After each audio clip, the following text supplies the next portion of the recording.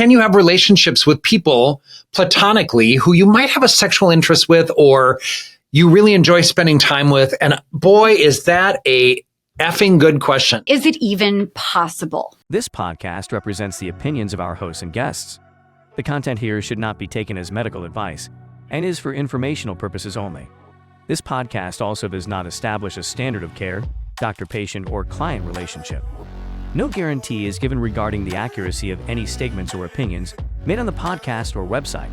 And because each person is so unique, all listeners are encouraged to connect with counseling and medical professionals for assistance with their personal journey. All people, places, and scenarios mentioned in the podcast have been changed to protect the privacy of those involved. Welcome to We're Not Fine. I'm Dr. Talia Jackson. And I'm Doug Jensen. We thank you for listening every week to our deep and thought-provoking conversations about relationships. Hello, everybody. Welcome to another episode of We're Not Fine, the podcast where mental health meets relationships. And raw stories meet real strategies. And two clinicians try to meander their way through issues that are frankly quite pertinent to everybody, which is such an interesting thing because when we decide, like one of the things that we do is that we kind of go through these weeks between kind of formulating. We have a Slack issue where we talk about potential guests. That's not called a Slack issue. It's called a Slack channel. This issue that I have with Slack, I'll call it. But here's the funny thing about this. Like, I think people kind of wonder maybe like behind why the scenes. All of the people that have written in wondering why. Not this again. If you guys are our Patreon people and you've seen our bloopers where Doug was whispering behind the scenes. See, Alex, our editor, hears things that we don't think we like forget we're not alone. But Doug had a little like, let's just say that everyone's writing in. I didn't say that. There's proof on the video. So here's the thing, though. You know, we kind of just spend our weeks, and there's so many topics that come up in our offices that are really noteworthy for this podcast. Mm-hmm. And of course, not everybody's in our offices for privacy reasons. HIPAA is a real thing. So we kind of just come up with ideas. And it's kind of funny because we were really thinking hard about this particular issue that came up that everyone does want to talk about. Not that they're writing in because they're not, but everyone does want to talk about this. Like, can you have relationships with people platonically who you might have a sexual interest with or you really enjoy spending time with? And boy, is that a effing good question. Or even like if it's a possibility of it, like a straight man, a straight woman, a gay man, a straight man. Or a kind of straight questioning two people who are bisexual or two gay men, two lesbian women. That's exactly right. Like if there is a potential, is platonic possible? And so it was kind of funny because then we were talking about bantering, and it's like it's so interesting because you and I have, we are male and female, but we have, and you know, I am mostly gay. You are mostly straight. Which we're not going to get into very far, but you know, being that the case, there could be this little overlap of that Venn diagram. But you know, it's an interesting topic and all of us have been presented with it. And I think, you know, I might say one of the things that has been interesting to me, and it's, I live in suburban East Metro of the Twin Cities, and I have children. And so I was involved a lot with people who are identifying as heterosexual, right? And the reality is there's been so many situations where I think dudes think I'm probably attracted to them and I'm not. Do you know what else? Do you know why else you're an anomaly? Tell me why. That's going to bust everything we're about to tell you. We're already going to blow your minds, but this is going to blow your minds more. Straight men are attracted to Doug, and no one can explain that. So if there were boxes to check being like, I am a super straight dude, they're still going to be attracted to Doug. And it's going to really be confusing to everyone except for Doug. This is what I would say about that. I think I'm a very safe person. I'm intimate. I have no problem getting close to people. I don't have any fear of, like, I've worked with gay clients who sometimes fear straight men. And when I go to the jiu-jitsu gym, I'm fighting these people, right? I'm also fighting women. I'm fighting whoever it is that, you know, I get matched up with. But it's not sexual. It's a very funny thing that people have this weird fantasy that gay people want to boink every dude, and we don't. It's and not gay people, it's men. It's But that's a like, really interesting thing. That yes, might be it. And maybe men with men, there's an assumption of a higher humping status. Well, it's interesting. I will say I've had unique experiences, and I have never had a unique experience. You are a boring vanilla breeder. Just breeding, sipping my iced tea on the porch. I did some breeding too, and I was called a breeder by some people in my community early on in the situation. I'm going to tell you a secret. Tell me. Not a compliment. It kind of was, because there's something that turns, well, there's all kinds of weird fantasies about dudes who breed. I don't know. Yeah. So this is an interesting topic. Is what we're trying to say is that we've kind of evaluated even our own relationship based on this. And it's kind of interesting. You know, I don't think, well, Rob should be very threatened by me. I'm kidding, Rob. Right. Rob like adores you. I adore Would Rob. Probably choose you over me most of the time. When he's with me, yes. In fact, my pod spouse and my actual spouse, basically they comfort each other in how awful it is to have to deal with me sometimes. I did offer him when we went out to dinner last time, if you ever need to talk, let me know, because as someone who's not married to you. You know what? Sometimes I think that the problem with being married to me is I'm just not cut out for marriage partnership. Can I tell you something? I'm not cut out for partnership. I don't think I am. I think I'm really bad at it. Well, but I like it. I like being single. Is such a good but you're in a relationship, so you're in a. He's a really good friend to me. Like, he's a really good spouse to me. It doesn't get better than Rob. Yeah, I agree. For he is a jolly good. And you always say that he turns into a 14-year-old when he's with me, because we talk about. Yeah, I don't love the side of him that you bring out. You're welcome. Okay, so yes, our relationship of pod spouseship and just the intimate and emotionally connected nature of our relationship has begged the question of, is it even possible? And you know, it's hard not to just keep talking about this and what my experiences have been as a person. Hard for you? To keep it profesh? No. You know, I think about so many things. I think about times when I've touched somebody, because I'm a touchy person at times. Not a client. Who's not a client. Although I touch some clients too, because I think it's all individualized as to where those boundaries are. It's all genuine. Like, I think I like people, and I am attracted to people. I don't like people so much. And I am less attracted to people. I am hugely, and the other thing might be that we're gendered differently.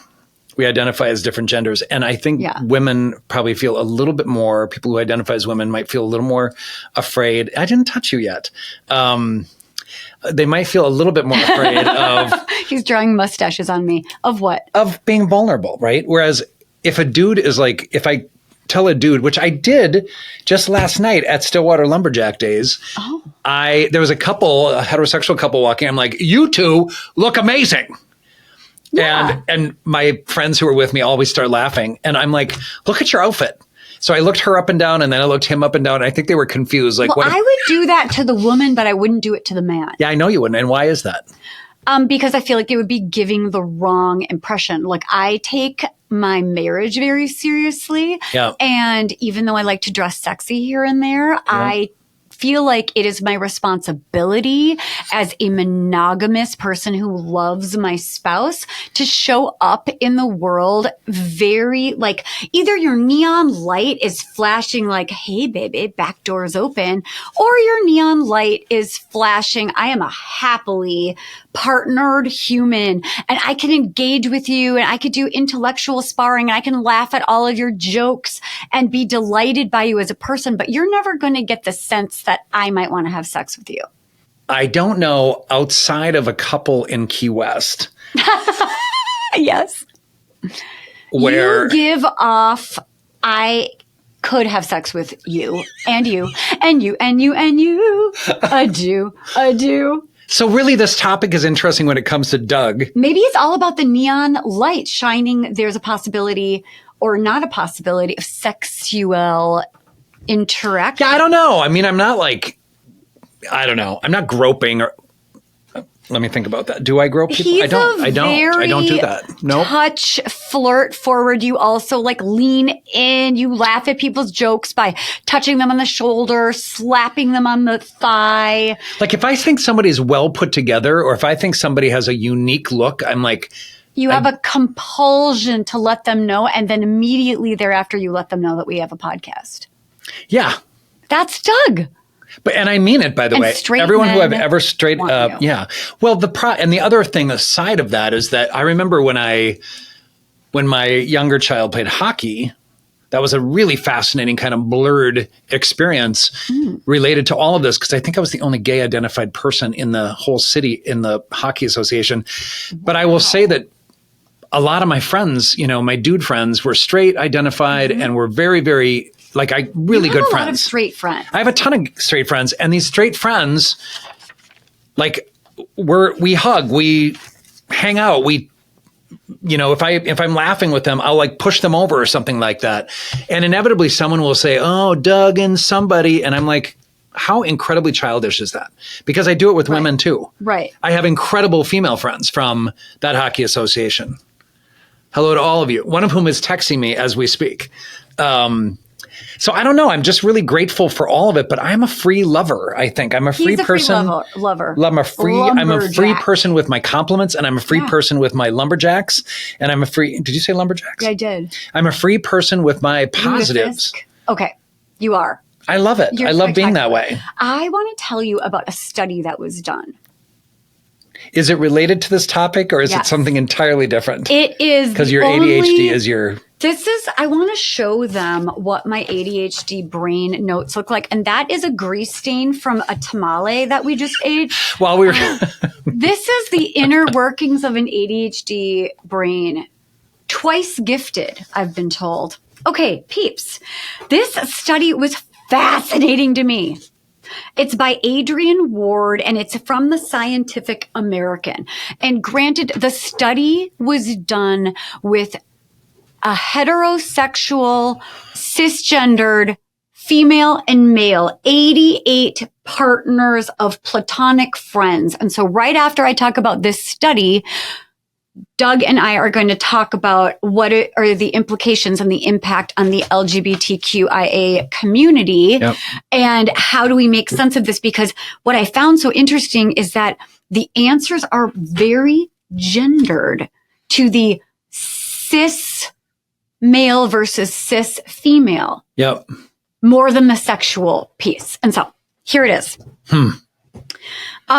It's all about the perceived opportunity for romance, and that men and women tend to see platonic friendships very differently. And so this is what it was. 88 pairs. They were all undergrads, opposite sex, straight friends in a science lab. They were not allowed to talk to each other about the study outside. They were not allowed to talk to other people about the study. It was very private. And they inconfidentially were answering all sorts of different questions about how they felt about the other and how they perceived the other felt about them. These were the largest differences. Men are more likely than women to think that their opposite sex friends are attracted to them. So let's start with that. I'm not surprised. Right. Yep. So there is a leaning towards, yeah, she's into me. In fact, men's estimates of how attractive they were to their female friend had nothing to do with how these women actually felt about them, and almost everything to do with how the men felt themselves.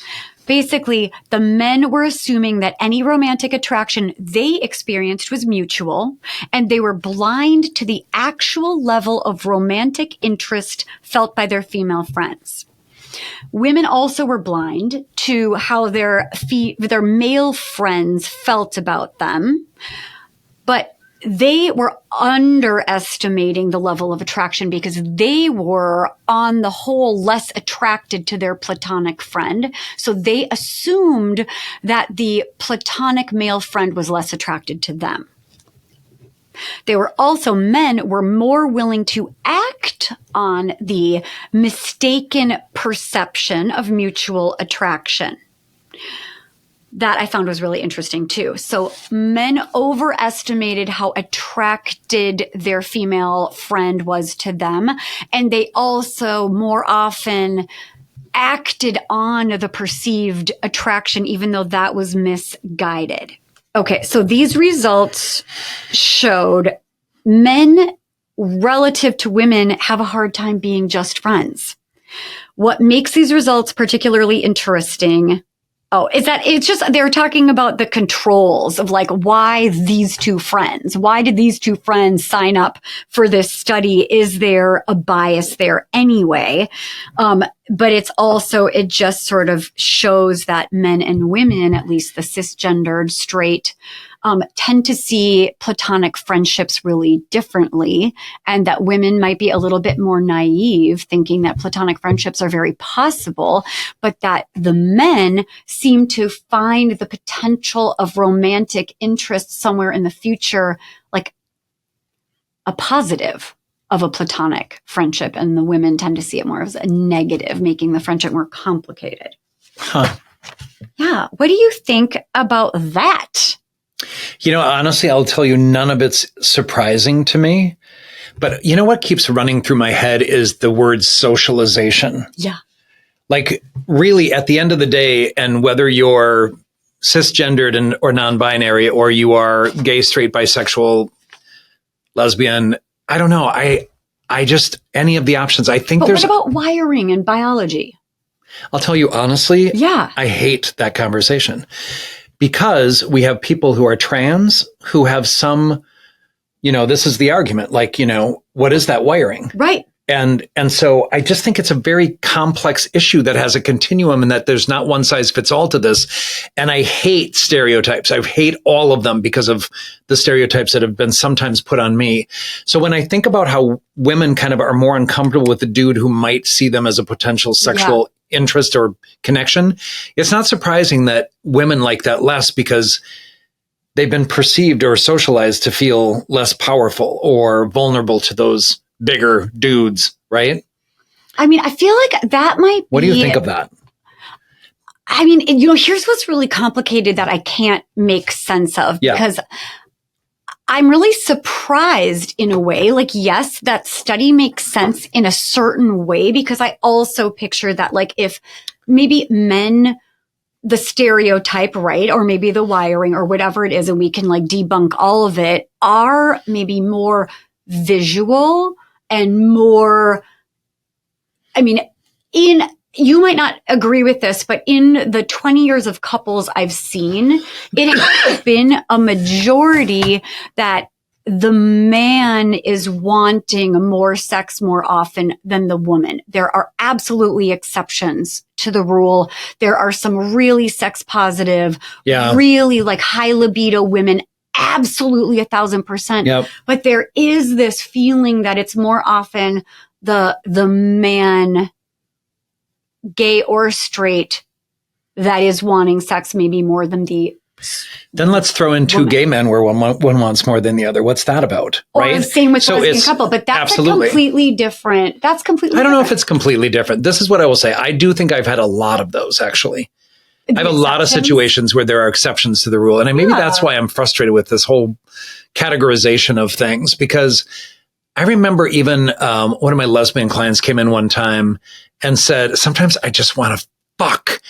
And it was like, I remember like wanting to bottle her, and really I'd like have her tell me everything more about that, because I think there's such a shamed experience for women. Which there absolutely should not be. And that's why I think this shame, and this is where I go to socialization, like the shame that women have about sexuality is really an impediment to like this research, I'll be honest. Mm-hmm. Because if women felt as powerful about their sexuality and could talk about it as openly and honestly without being called names. You know, one of my favorite books is The Ethical Slut, because it really talks about being able to be sexual without shame about it and be this person. So I don't know. But like for those of us, like for me, I do feel powerful.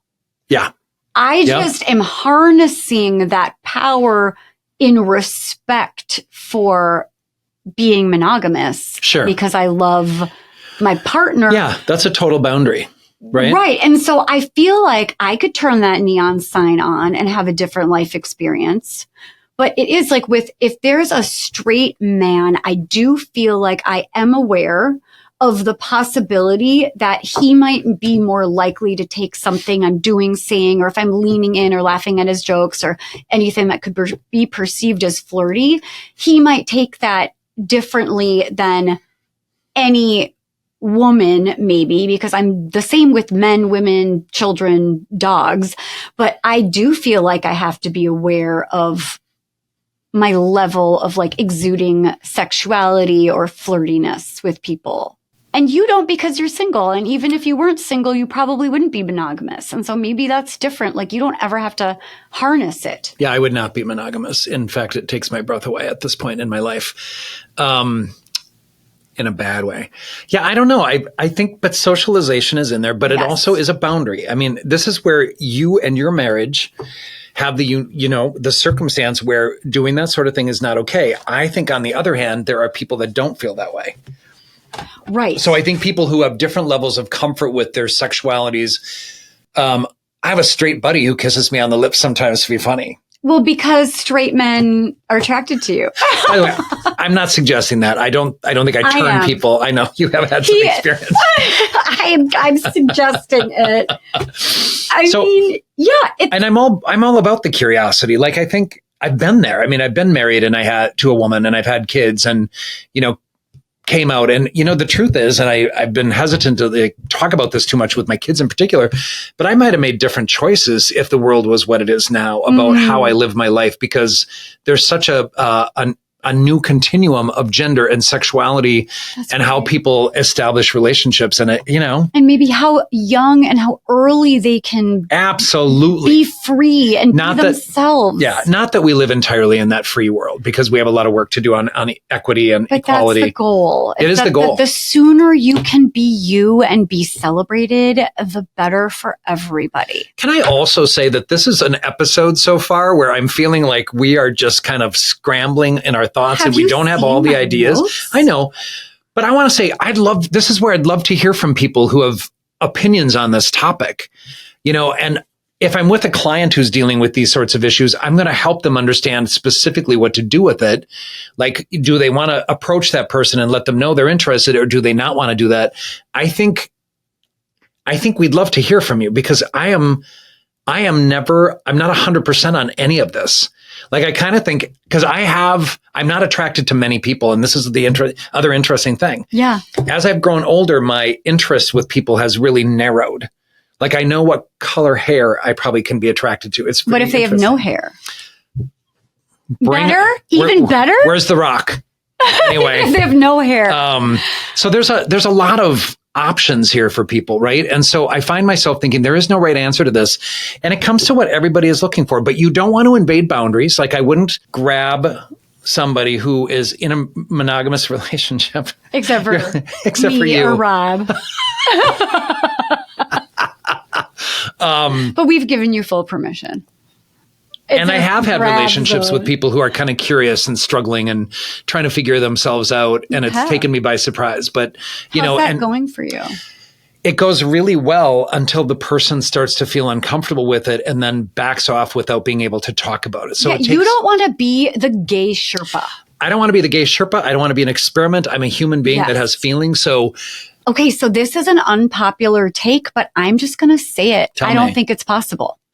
Yeah, I think it's possible for sure. And good. So like, we can be good cop, bad cop. Yeah, we can for sure. And it may very well be different in the gay community, because from all of my clients in that community and my friends, what I see is, like, if you have 6 couples that are all gay men or lesbian women or bi, there is an assumption that you're paired up but all of your friends are attracted to the same, potentially the same gender sexuality as you, there have to be boundaries there that we should go into, like the minutia of how are those boundaries made? What if you are attracted? What if they're exactly who you want? Yeah. So, this is interesting because, as a member of the LGBTQ community, I find myself aware that we naturally and it didn't happen for me because I had kids and because I lived in the suburbs and because my kids were, friends with people with mostly straight parents. And so I naturally got to know a lot of straight people.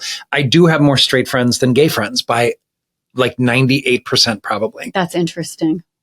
I think I have one gay friend. Oh my God. What? I have 6. Everyone has more than me. But I like my straight friends. Do I know more about gay people than you do? No, absolutely not. No, because you looked at my Grindr app and you're like, Rob and I, he let us have his phone. He let us walk around Earl Giles in Minneapolis, which is adorable, by the way. You should go.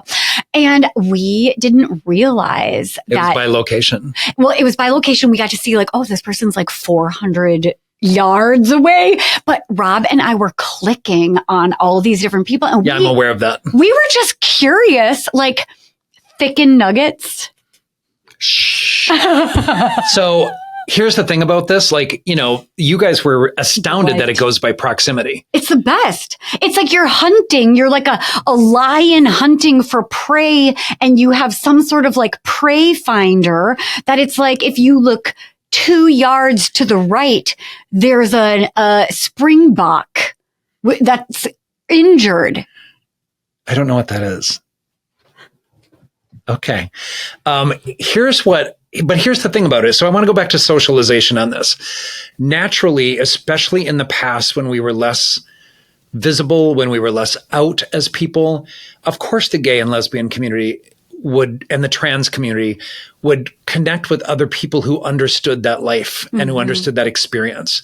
It's not a lifestyle because we all engage in different lifestyles, but who we are. I did a gay men's support group because it was a really important thing for people to talk with other people who were of like experiences. So we naturally gravitate to that for safety and other reasons, and to find people who understand our community, right? And the truth is we're so diverse as an LGBTQIA community that there's a reality that there's so many different ways of being. And I don't fit necessarily in a lot of those categories, but I also love my community and I'm proud of my community. And I'm just delighted that we have that diversity within our own group. I love your community. I know you do. Maybe better than my community. And it's all individual to me, to be honest. So I look at this and I think, though, that we naturally go toward the gay bars or, any gay support group or pride events. They're filled with people like us. Okay, right? But this is so fascinating because this is the part that's blowing my mind is I am taking an unpopular stance that straight cisgendered men and straight cisgendered women cannot be platonic friends. But then there's this entire gay world where you are surrounded by other people who are going to be attracted to each other, and their spouses could be potential partners. They could be attractive. They could be best friends. You could be best friends with partner A or partner B. Whereas in the straight cis community, I'm friends with the wife. But here's the deal, guys. I'm going to challenge that entirely. Of course, I think cisgendered men and cisgendered women can be platonic. They can't. In fact, I have a number of friends who would say that's the case. Whatever, name them. The spouse of the person that we just had lunch with. But you mean best friends with you? You're gay. No. Remember, friend. He was just talking about his wife being able to go out with her male friends. He has no thought on it. He just said that. Yes, but I don't buy it. Okay, so here's the problem. Well, have her on. She's also a dear friend of mine. I adore her. I don't want to give names. The cutest. She's totally cute. She's the cutest. Here is where it goes wrong. There is a level of emotional intimacy that we achieve with our platonic friends. I hope that men, straight men and men are able to reach that level of emotional intimacy. I have it. Yes, and so does Rob. I think it depends on how emotionally mature and intelligent we are, because there are also tons of female relationships where no one is vulnerable, no one speaks what's really on their mind. Correct, right? And they do not support other people sharing their vulnerable feelings. So you know, well, and you know what's interesting is like even my upcoming trip for my birthday, which is abroad. Which is a slight tragedy because Doug and I are not going to be able to celebrate his 60th together. My 40th together. I mean, Thank you. 40th. But I will tell you that outside of two people, all of the dudes are straight who are coming. And they're so far. I could at the last minute, I suppose, find. No, I meant like they're straight for now. Oh, they're SFNs. Yeah. Anyway, I just went down a path. I'm kidding. I saw it. You went on another planet. So here's what I think about that, though. And as the hockey community of Stillwater knows, a lot of those dudes are my really dear friends. I love them dearly. They've been to my home. They come to my parties. We hug. And I love them dearly, but there's nothing there. There's nothing sexual there. We mean with the straight men?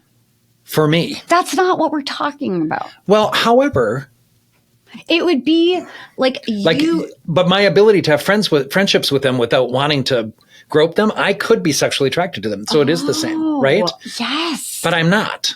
And so it's really Why easy. Why aren't you? Is it because you don't find them attractive, or I don't want to be mean, but no, I don't. Like, it's not there. Are you attracted you and I both to know somebody men? who I finally said, I'm not attracted to you. And he said, why not? A straight guy who said, why not? Like he was insulted by it. And I'm like, are you attracted to all women? And he's like, no. And I'm like, yeah, we're the same. So the stereotypes about gay men, which are just so obnoxious, are that because, that we're sexual animals and we will go after anything that moves with a dick. And it's just not the case. That's right. And there's also asexual people, period, that, and don't forget about sapiosexual. Yeah, who need intellect, right, to be attracted.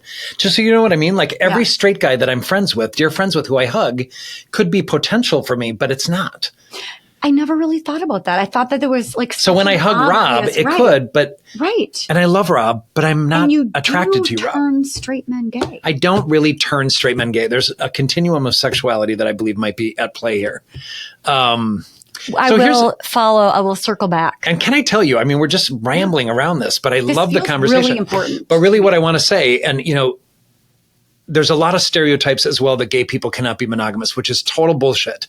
It's all a mindset. Everybody gets to have the type of relationships they want. I am an example of someone who tried monogamy. It was not the right thing for me. I would not do that again. I would definitely date somebody as a primary person, but I'm not going to commit exclusively to anyone again. It's a mistake for me. I think everyone would agree that right now more than ever, it's very accepted in the GLBT community. And increasingly in the heterosexual community. That's what I was going to say. And in the straight community, that if you want to choose monogamy, awesome. If you want to choose ethical non-monogamy, awesome. Like our communities are allowing for more and more and more choices where traditional is one of 100 choices you can make in your life. So I'm not sure I have much more to say outside of, and I do hope that it's changing in the world. I do, it's kind of like I had, I've heard weird comments, made to me as well. Like, how can you have straight friends? I'm like, how would I not have straight friends? It's like a really weird thing, but a lot of people really concentrate their energies on what feels safe to them, which is their own community. And for me, that's not the case, but I'm also not a vulnerable person. And for whatever reason, my energy comes off a certain way that throws people off. I'm not vulnerable. I don't have a problem walking up to people. I don't know. I don't even have a problem telling a dude, you look amazing. I was going to tell a cop last night how well he looked in his tight pants, but and you know who you are if you were at Stillwater. Oh, lumberjack days. Was he dressed up as a cop or was he an actual cop? He was a cop and dang. So, okay, should we talk about if you are one of those very rare breeds of peoples that would like to try having a platonic relationship with someone that you could potentially be romantic with or attracted to? Here are a few ways to do that and not blow up other situations in your life. Yeah. Starting with like, talk about your actual feelings. If you do have slightly attracted or romantic intentions, out with it. What does that mean? Or cough it up. And I'll be Say it. honest, I'm not so sure that's true. Like, there are people that I've been attracted to who are I'm also friends with their spouse, and I'm not going to go after them. It doesn't make any sense. I might say, I might You're joke. hot. Actually, you know what? I do that. What do you do? I do let that person know. I think you're hot. I have done that multiple times. And so so you put it out there. A compliment is not a flirt, by the way. A compliment is not No, a come I think you're hot right? is not the same as I am going to steal you away from your partner. I wouldn't. That's not at all appropriate. I'm much more comfortable telling women that they're hot. Has any woman ever then said, come to the bathroom? No. But maybe there's been like a moment where we were like, how straight are you? See, that's what I mean. It doesn't even matter because I'm married. That much I know. That part's real. Stay tuned for part 2 of that discussion. I feel like boundaries are also important because I guess the only difference between a platonic friendship and a lover is the lover part. Because if you are partnered, you probably have an emotionally connected, vulnerable, intimate relationship. But with these platonic friends, what's the difference? Well, you're probably not snuggling on a couch watching Netflix. You're probably not walking around arm in arm, holding hands. You probably don't twirl your hair and laugh and touch them on the thigh. Doug's twirling his non-hair right now. Do you remember our last episode when we did our mailbags? And I forget her name, but she had a quote unquote platonic friendship with a guy that she had sex with. Yep. But she swore up and down that it was just a platonic relationship, but the whole time he was sort of warming up and lusting. You know what else is interesting? And I'm sorry, I'm so all over the place on this, but I would say there's a lot of people that feel like once you've had that experience of either being attracted to them or wanting them. That's where I was going. And then if you've had sex with them, is it possible to back up? But what you're saying then is what I'm saying, that the opposite of like lust in this case is like, I'm just not attracted. It's not, I thought maybe we were talking about just like, I'm repulsed, because that's actually more, I'm still in love with this person and I'm upset than it is like, I'm really like, I don't feel anything anymore. And in which case maybe a platonic relationship would be possible. But maybe I'm thinking of like, I have only really had 3 relationships really in my entire life, because I met Rob when I was 20. So basically I worked at Sebastian Joe's before college, and that's where all the excitement happened. And then that was, and then I coupled up. But the idea is, if you've had sex with someone, you were clearly attracted enough to them that you would have sex with them. How are you no longer attracted? Was the sex horrible? In which case, didn't you just want to never see them again? So I have an ex-boyfriend who, when I met him, he was like a 12 out of 10 of like hotness for me. Like I loved everything about it. The idea of him and I meeting now and him wanting something from me that way would be repulsive to me. But is it because he's aged and you haven't? Like everybody else? Did you see the t-shirt that I sent you? I did. That's like, it feels so weird to be around people my age that are old. And I'm that would be me. It was better said. But here's what I think about it. Like, and I thought about that a lot. Like, I thought if he walked onto my doorstep right now, would I let that person do something, or would I engage? Are you still potentially attracted to them? What if they have the same exact personality, but just 20 years older? So this person and I left on a really bad note. And so it's like, I know what would happen. Like, you start to realize that when you go to that, it's like getting shocked every time you like go towards something that's what you thought was appealing. Like, you just kind of become less interested in someone when you keep hoping to have, your needs met by that person and they never ever do it, like at some point you just kind of say, okay, nothing. There's conditioning. You have to. If you have self-respect. Sure, it's conditioning. It's like yourself. You condition yourself like, I know what's going to happen if I let that happen again. So I'm not going to let that happen again. And it's interesting though, because what we're talking about too, and this is an interesting, and I hope everyone's able to follow this because this is all over the place. But I find myself thinking like, can you back up? Can you find a platonic relationship once you've had that?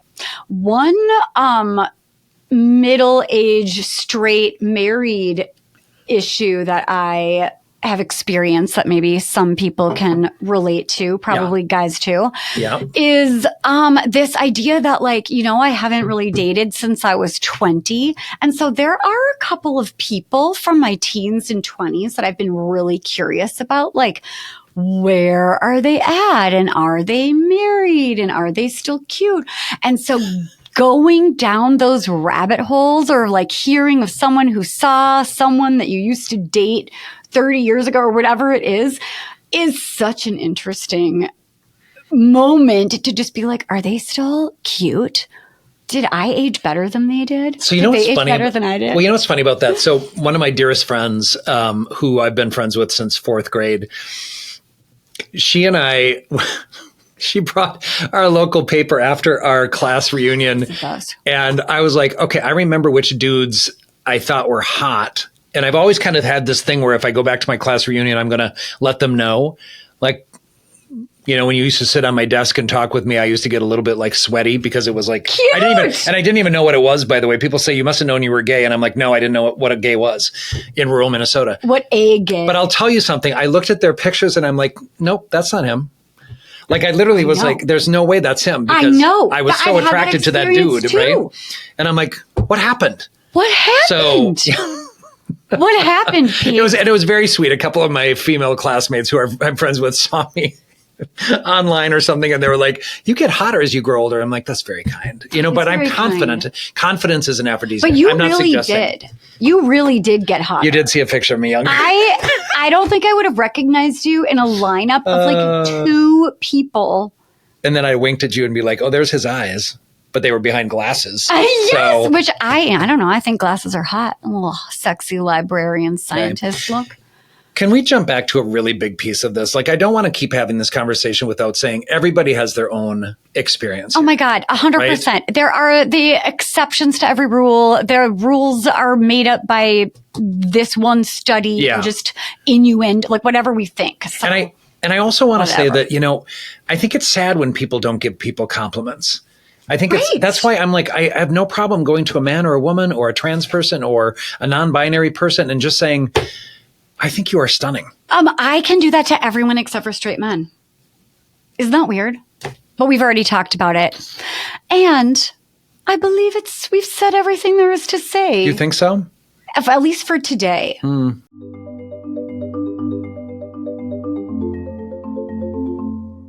If anyone wants to say you didn't talk about this, or I vehemently disagree with what you said about this, we welcome it. We love the debate and the questioning and we're all in. If you got any value from this episode, even though there was a bit of rambling, but it's such a juicy topic. I feel like people are really talking about this. This is when we should have had like a panel of people as well. Just a panel of people to talk about platonic friends and ex-lovers that are platonic friends. Do you know that's or not even specific. Just I want to know what people think about what this, do people of various think? Ages. Okay. So we'd invite you to be in that. $1 million doll hairs to write in. If you know where to find us, guys, we're on Spotify, Apple, all the platforms. Will you subscribe? Will you like? Will you send us to a bunch of people? If you hate us, send us to your enemies. If you love us, send us to people that you feel like need to hear that Talia does not believe in platonic friendships. And Doug knows Talia to be ignorant about that issue. And he's going to mansplain to me. And of course, we'renotfine.com is where you will be able to subscribe to our newsletter. You will be able to get the updated events listings and be able to, click a little button and sign up on Eventbrite for our next live event, which is August 11th. And this is going to be something we repeat each time we're on, but we have an amazing couple that has dealt with IVF or in vitro fertilization issues in trying to get pregnant, dealing with postpartum depression and psychosis, dealing with menopause issues. And really what we want to stress about that is that it affects all of us. It affects any of us who are friends with women in that particular circumstance. It affects the male or female counterparts to these people who are going through it. And so we also have a hormone expert who's coming to talk a little bit about what the scientific part of all of that is and how to manage that piece. So that's pretty amazing. But of course, on we'renotfine.com, you can find all of those links, but and we really encourage you to subscribe to be up to date on what it is that's going on. You can also become a Patreon on our website. We love you, Patreon members. We do. And these are people who get you. special little pluses and perks and bonuses and whatnot, blooper reels and music listings and everything else that comes with the insider. And discounts on our live event. Yeah, which, again, really, really cool. Put August 11th on your calendar.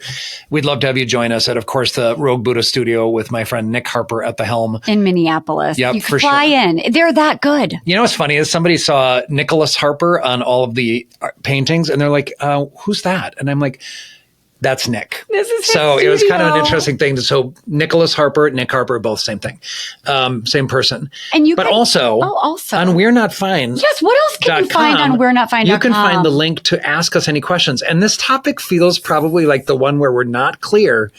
I'm very clear that yes, you can do this, but And it I'm takes a very very clear. complicated communication.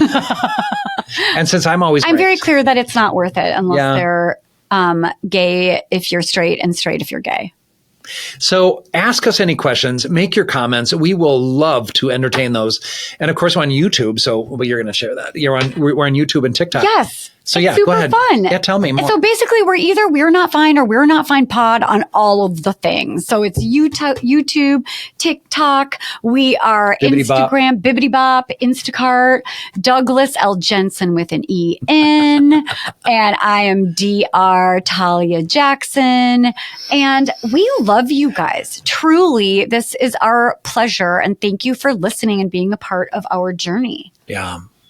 We're not fine, but at least You don't face the pressure of answering this question every time we record because it sucks butt cheeks. because we're not creative. We're too analytical and we're too thoughtful. I'm not. That's I'm not true. any one of those things. I'm super fun and spontaneous, but it's just too much pressure. Hope you enjoyed this episode. Love you See you guys guys. next time. Bye.